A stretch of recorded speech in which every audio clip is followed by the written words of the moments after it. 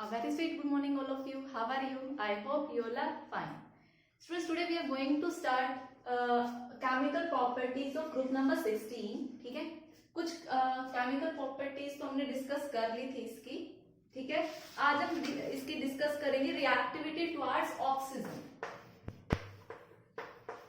Reactivity towards oxygen. In our last class reactivity of hydrogen discuss की थी, उनके bond angle structure वो सारी चीजें. ठीक है, अगर अब हमें ऑक्साइड्स के अगर वो ऑक्सीजन के साथ रिएक्ट करके क्या बनाएगा, ऑक्साइड बनाएगा. और बेसिकली हम टू टाइप के ऑक्साइड्स बनेंगे, डाइऑक्साइड्स एंड ट्राइऑक्साइड. ठीक है, जनरली सभी क्या बनाते हैं, डाइऑक्साइड और ट्राइऑक्साइड फॉर्म में बनाते हैं. लाइक जैसे सल्फर है तो सल्फर SO2 बनाएगा, SO3 बनाएगा. सेलेनियम है, सेलेनियम डाइऑक्साइड बनाएगा, ट्राइऑक्साइड बनाएगा. ऑक्सीजन ट्राइऑक्साइड O3 बनाता है. Sulphur selenium tellurium TeO2 TeO3. और जो पोलोनियम है वो डाइऑक्साइड बनाता है, PoO2. ठीक है, तो अब हम देखते हैं अपना first dioxide, that is sulphur dioxide. इसकी हम प्रिपरेशन देखेंगे, इसकी प्रॉपर्टीज देखेंगे, इसका स्ट्रक्चर देखेंगे. ठीक है, स्ट्रक्चर आप लोगों को बहुत ध्यान से देखना है, काफी इंपॉर्टेंट है स्ट्रक्चर इसका. सो देखो, सबसे पहले अगर आपको सल्फर डाइऑक्साइड बनाना है, प्रिपरेशन, सो आप क्या करो, इसके लिए सल्फर एसिड फॉर्म में एग्जिस्ट करता है, इसकी रिएक्शन कराओ O2 के साथ. सो आपको क्या मिल जाएगा, सल्फर डाइऑक्साइड मिल जाएगा. ठीक है, अगर मैं इसकी कैरेक्टरिस्टिक्स की बात करूं तो जो सल्फर है आपका क्या है, कलरलेस गैस है. क्या है ये, कलरलेस गैस है और इसकी पंजेंट स्मेल है, पंजेंट स्मेल. ठीक है, अगर इसकी मैं और कैरेक्टरिस्टिक्स की बात करूं तो ये क्या होती है, highly soluble in water, highly soluble in. ठीक है, अब देखो मैं सल्फर डाइऑक्साइड के हाइब्रिडाइजेशन या इन सब की बात करूं, स्ट्रक्चर कैसा होगा, तो आप हाइब्रिडाइजेशन फाइंड आउट कर सकते हो कि सल्फर की निकालनी है आपको हाफ, इसके बैलेंस शेल में चारों तरफ 6 इलेक्ट्रॉन. सॉरी, हाइब्रिडाइजेशन हम बाद में देखेंगे, पहले इसका स्ट्रक्चर देखते हैं. ठीक है, उससे आपको क्लियर हो जाएगा. ठीक है, हाइब्रिडाइजेशन वैसे आपने केमिकल बॉन्डिंग में देखा था. ठीक है, अब देखो इसकी स्ट्रक्चर अगर मैं देखूं, एस सल्फर है, SO2 का स्ट्रक्चर देखना है हमें. सल्फर की इलेक्ट्रॉनिक कॉन्फ़िगरेशन क्या होगी, 1s2 2s2 2p 3s and 3p 622. ठीक है, सो आउटर मोस्ट शेल में 2p4. ठीक है, आउटरमोस्ट इलेक्ट्रॉनिक कॉन्फ़िगरेशन आपकी क्या है, 3s2 3p4. हम यही लेंगे. S में कितने इलेक्ट्रॉन है, 2, और P में कितने इलेक्ट्रॉन है, 4. 1 2 3 एंड 4. अगर मैं सल्फर की एक्साइटेड स्टेट की बात करूं, मींस अगर इसका एक इलेक्ट्रॉन जंप कर जाए, आपको पता है इसके पास ये 3d ऑर्बिटल्स अवेलेबल होती हैं. अगर इसकी एक्साइटेड स्टेट की बात करूं तो ये आपका 3s 3p और यहां पर क्या है, वैकेंट 3d ऑर्बिटल्स है. सो आपका क्या होगा, एक इलेक्ट्रॉन यहां से जंप करके यहां मूव हो जाएगा. ठीक है, तो आपका क्या बचेगा, 2 इलेक्ट्रॉन्स.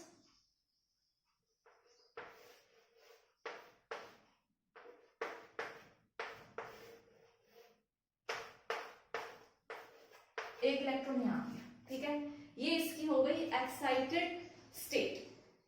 ठीक है, अब देखो अगर इसकी मैं हाइब्रिडाइजेशन फाइंड आउट भी करती तो sp2 आती. ठीक है, जो मैंने बीच में छोड़ा था आपको.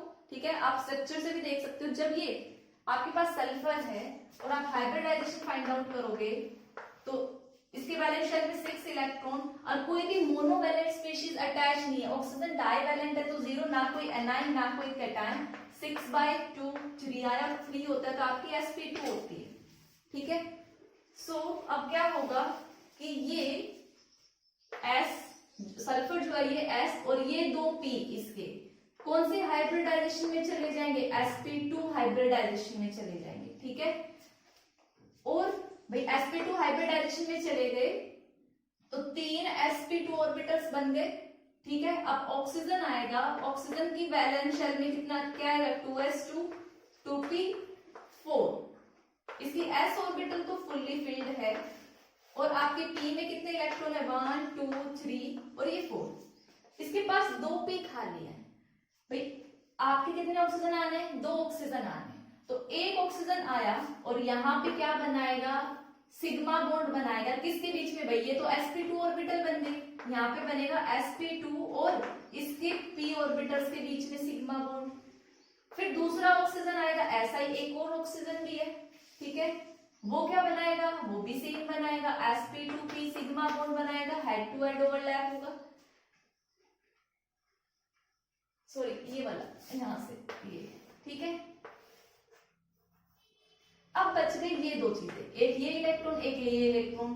भाई इस ऑक्सीजन के इसने तो सिग्मा बॉन्ड इसके साथ बना लिया, आपका एक और ऑक्सीजन था उसके पास भी क्या थी, 2s2 2p4 थी, p में 4 इलेक्ट्रॉन्स थे, तो इसने आके इसके साथ सिग्मा बॉन्ड बना लिया, दोनों के सिग्मा बॉन्ड हो गए सल्फर के साथ। लाइक कैसे,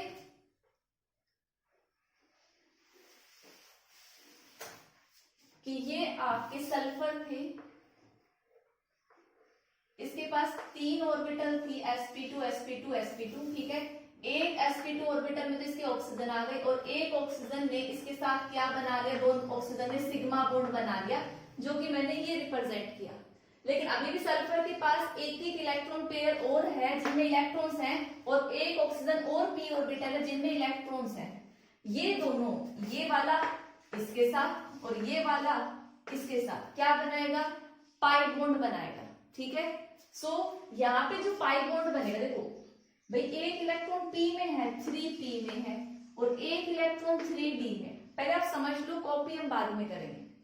तो एक p भाई पाई बॉन्ड तो बन रहा है, एक पाई बॉन्ड यहाँ बनेगा, एक पाई बॉन्ड यहाँ बनेगा, पर डिफरेंस क्या है दोनों पाई बॉन्ड्स में, कि एक पाई बॉन्ड तो ऑक्सीजन के p और इसके p ऑर्बिटल के साथ में है, ठीक है। तो आप क्या बोलोगे, एक बॉन्ड कौन सा है, इन दोनों में से कोई भी मान लो, एक p पाई बॉन्ड है, कि भी सल्फर की भी p ऑर्बिटल है और ऑक्सीजन की भी, ठीक है।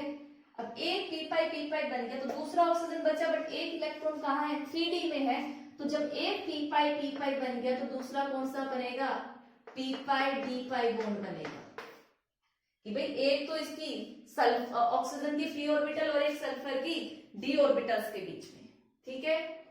तो ये था आपका, और यहाँ पे ये हाइब्रिडाइजेशन कौन सी है इसकी, sp2।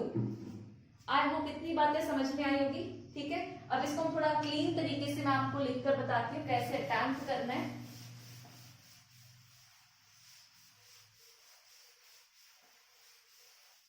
हमने सल्फर की एक्साइटेड स्टेट क्या देखी थी, आपकी 3s2, ये ग्राउंड स्टेट मानो, 3s2 3p4, ठीक है।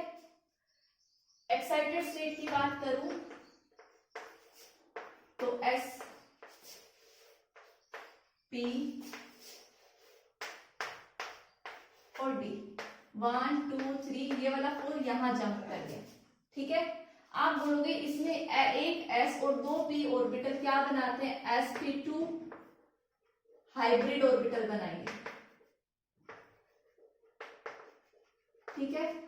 अब आपका ऑक्सीजन की कॉन्फ़िगरेशन क्या है, 2s2 2p4, p में 4 इलेक्ट्रॉन्स हैं, तो एक p खाली है, तो एक सिग्मा बॉन्ड बनेगा इसके साथ, ठीक है। यहाँ पे मेंशन करोगे ये कौन सा बॉन्ड है, सिग्मा बॉन्ड है जो आपका ऑक्सीजन बनाएगा, ठीक है। और एक सिग्मा बॉन्ड ये है, ये दोनों ही क्या है, SO sigma bond, sulphur oxygen के बीच में sigma bond, SO sigma bond, but ये जो दो बॉन्ड है, इन दो में से एक क्या है आपका पाई बॉन्ड है, वो भी कौन सा है पी पाई बॉन्ड है, और एक कौन सा है पी पाई डी पाई बॉन्ड है। ठीक है, ये चार बॉन्ड बने हैं सल्फर और ऑक्सीजन के साथ में, और अब इसका डायग्रामेटिकली रिप्रेजेंटेशन लाइक दिस। ये आपका सल्फर ऑक्सीजन जो सिग्मा बॉन्ड बना वो, और जो दो पाई बॉन्ड बने इनमें से एक पी पाई बॉन्ड है और एक पी पाई डी पाई बॉन्डिंग है। सो both pi bonds are not same because one is p pi and another is p pi d pi। ये चीज आपको मालूम होनी चाहिए। ठीक है, तो आप इसको कॉपी करो।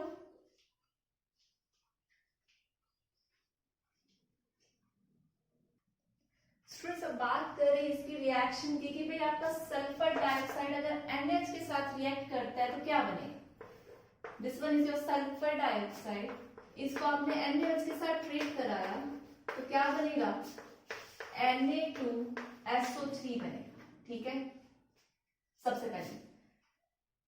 और अब अगर इसमें मैं फर्दर SO2 और वाटर डाल दूं, ठीक है, अगर मैंने इसमें SO2 और H2O डाल दिया फर्दर H2O प्लस SO2, सो आपका क्या बन जाएगा सोडियम बाइसल्फाइड NaHSO3। सो ये थी आपकी रिएक्शन विद NaOH। ठीक है, अब मैं रिएक्शन विद क्लोरीन की बात करूं, ये रिएक्शन आपने ऑर्गेनिक केमिस्ट्री में पढ़ी थी, SO2 प्लस Cl2 क्या देता है आपको SO2 Cl2। ये बहुत इंपॉर्टेंट है, क्लोरीनेशन रिएक्शन में हमने बहुत यूज किया था। ठीक है, सो ये दो रिएक्शन थी ऑफ सल्फर डाइऑक्साइड। अब हम इसकी प्रॉपर्टीज की बात करेंगे, ये किस नेचर का है क्या है। सो पहले आप ये कॉपी करो। अभी इसकी प्रॉपर्टी डिस्कस करने से पहले एक छोटी सी और रहेगी कि हम सेलेनियम के ऑक्साइड्स की बात भी कर लें, SiO2। ठीक है, SiO2 के गैसियस फेज में अलग स्ट्रक्चर होता है, आपका सॉलिड स्टेट में अलग होता है। ठीक है, अगर मैं SiO2 की किसकी बात करूं, गैसियस स्टेट की बात करूं तो ये मोनोमेरिक फॉर्म में एग्जिस्ट करता है लाइक SO2। ये इसका स्ट्रक्चर है गैसियस स्टेट में जो कौन सा है मोनोमेरिक, एक ही यूनिट होती है मोनोमेरिक।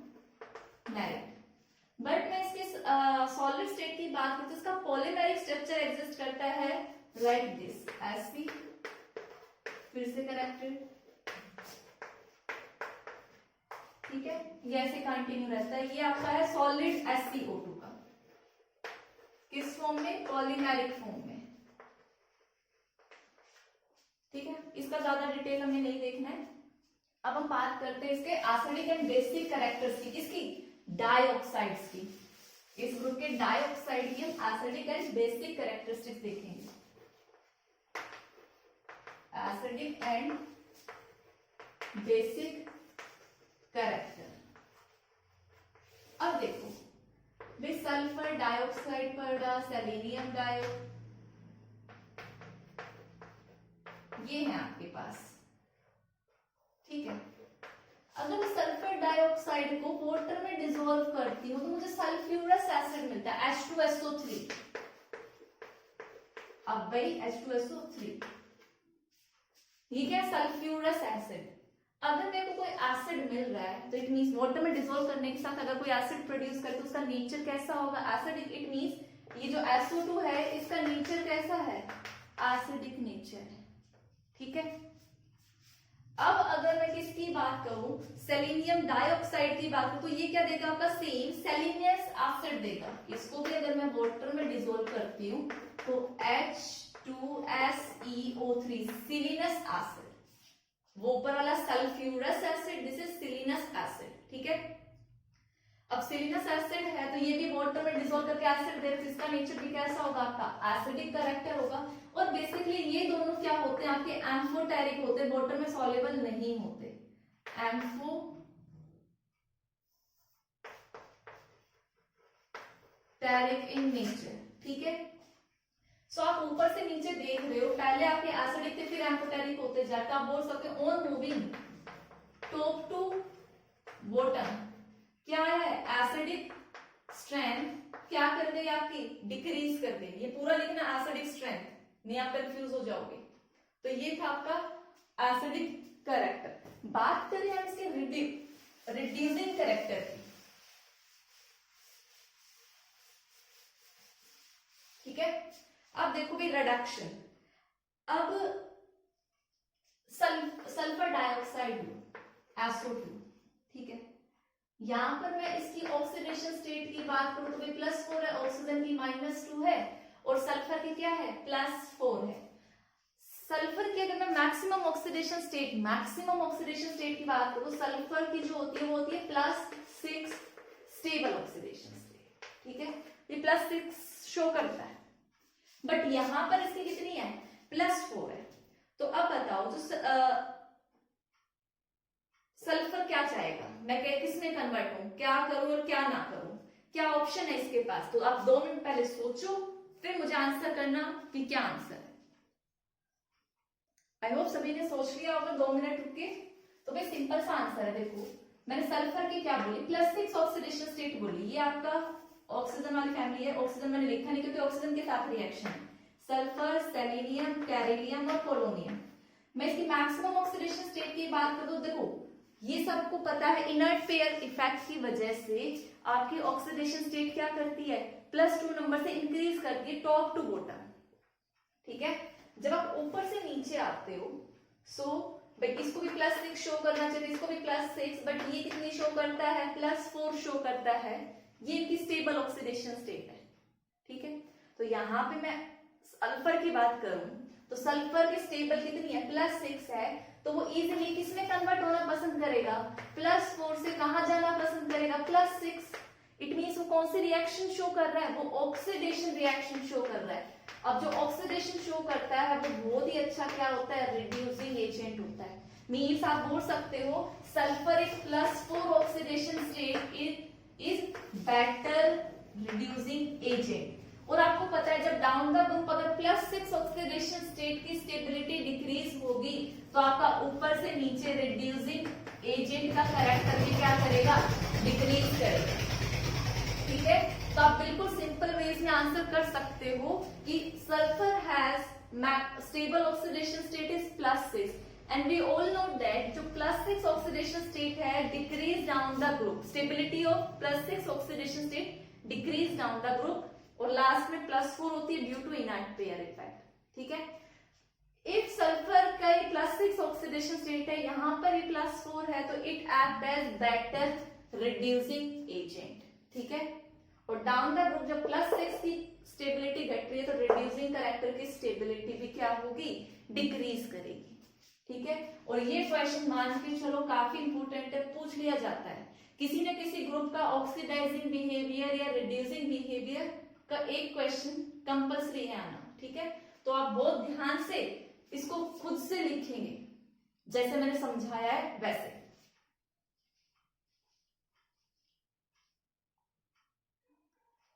स्टूडेंट्स हम बात करते हैं कि इसकी ट्राईऑक्साइड की EO3 की, तो इसके लिए हम एग्जांपल लेते हैं अपना SO3, सल्फर ट्राईऑक्साइड ही एग्जांपल लेते हैं, ठीक है। अब देखो सेम जैसा SO2 का था, वहां पे 2 ऑक्सीजन थे, यहाँ पे 3 ऑक्सीजन है, ठीक है। तो देखो बनेगा कैसे, वही पैटर्न है भाई। सल्फर का आपने ग्राउंड स्टेट में क्या लिखा था 3s2 3p4, बट अब एक्साइटेड स्टेट में क्या होगा वो देखिए,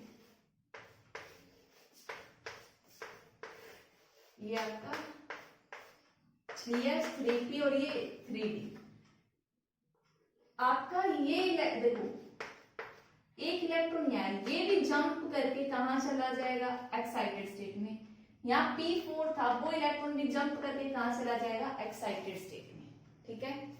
सो अब ये क्या बनेगा सेम जाएगी, तो वही हाइब्रिडाइजेशन आप फाइंड आउट करो क्या होगी sp2 आएगी इसकी भी।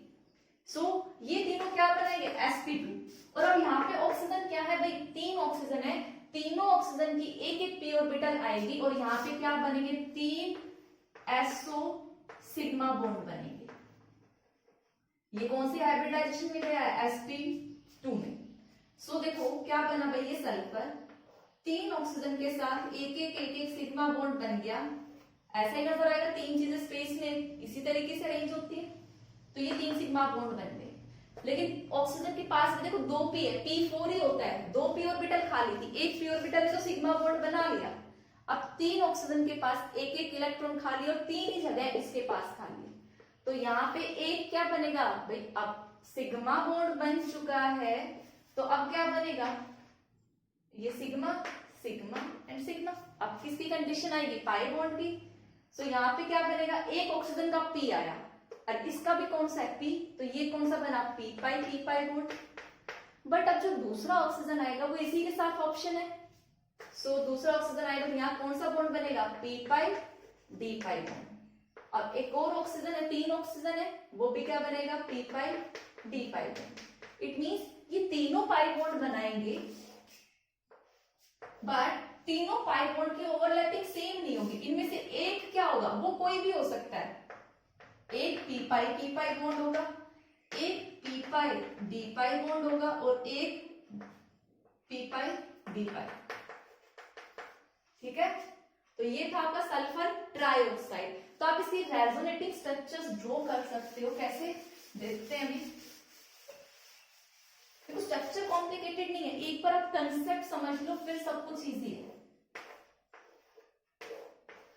भाई सिग्मा बॉन्ड तो तीनों में सेम थे, sp2 और ऑक्सीजन की p ऑर्बिटल्स के बीच में हेड टू हेड ओवरलैपिंग। बात आती है पाई बॉन्ड्स की, तो एक सिग्मा और एक क्या है p पाई बॉन्ड था, और एक क्या था सिग्मा, ये p पाई d पाई मान लो, और एक सिग्मा ये क्या है p पाई d पाई।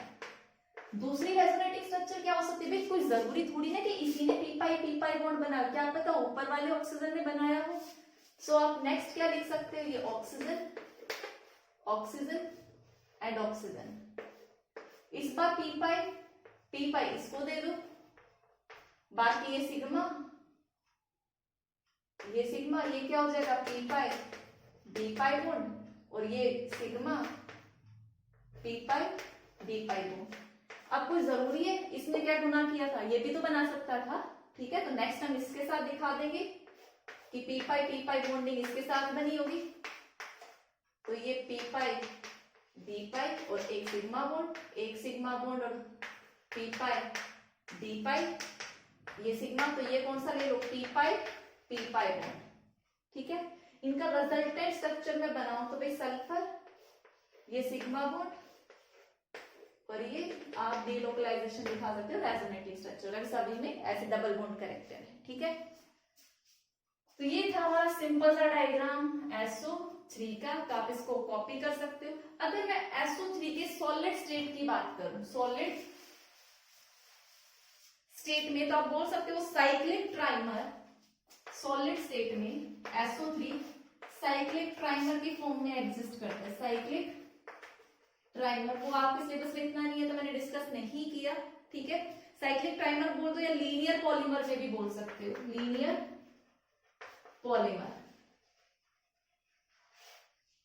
हमें बेसिकली ये समझनी थी कि इसमें क्या बॉन्डिंग हो रही है, वो चीज हमने देख ली है। ठीक है, अब हम इसकी देखेंगे रिएक्टिविटी टुवर्ड्स हैलोजन की, हैलोजन के साथ कैसे रिएक्ट करते हैं आपके। ठीक है, अभी तो हमने क्या चेक किया था, reactivity towards oxygen group number 16 के लिए। अब देखेंगे हैलोजन के साथ रिएक्शन। स्टूडेंट्स अब इनकी रिएक्टिविटी टुवर्ड्स हैलोजन की बात करूं तो देखो ये हेक्सा हैलाइड भी बना सकते हैं, हेक्सा हैलाइड, डाई हैलाइड भी बना सकते हैं, सॉरी डाई से पहले टेट्रा हैलाइड भी बना सकते हैं, 4 वाले। ठीक है, इट मींस ये आपके EX टाइप हैलाइड बना सकते हैं, ये EX4 टाइप के हैलाइड बना सकते हैं, ये EX2 टाइप के हैलाइड्स बना सकते हैं। ठीक है, तो डिफरेंट हैलाइड्स की फॉर्मेशन होती है। अब हम करेंगे 1 बाय 1 इन सबको स्टडी। ठीक है, वो हम अपने नेक्स्ट क्लास में करेंगे। सो आज आपको देखना था बेसिकली जो ऑक्साइड्स हैं, डाइऑक्साइड एंड ट्राइऑक्साइड, वो कैसे रिएक्ट करते हैं, उनकी बॉन्डिंग कैसे होती है। ठीक है, कैसे उनका रिड्यूसिंग कैरेक्टर वगैरह एक्सप्लेन किया जाता है। ठीक है, तो students that's all for today's lecture. Thank you and have a nice day.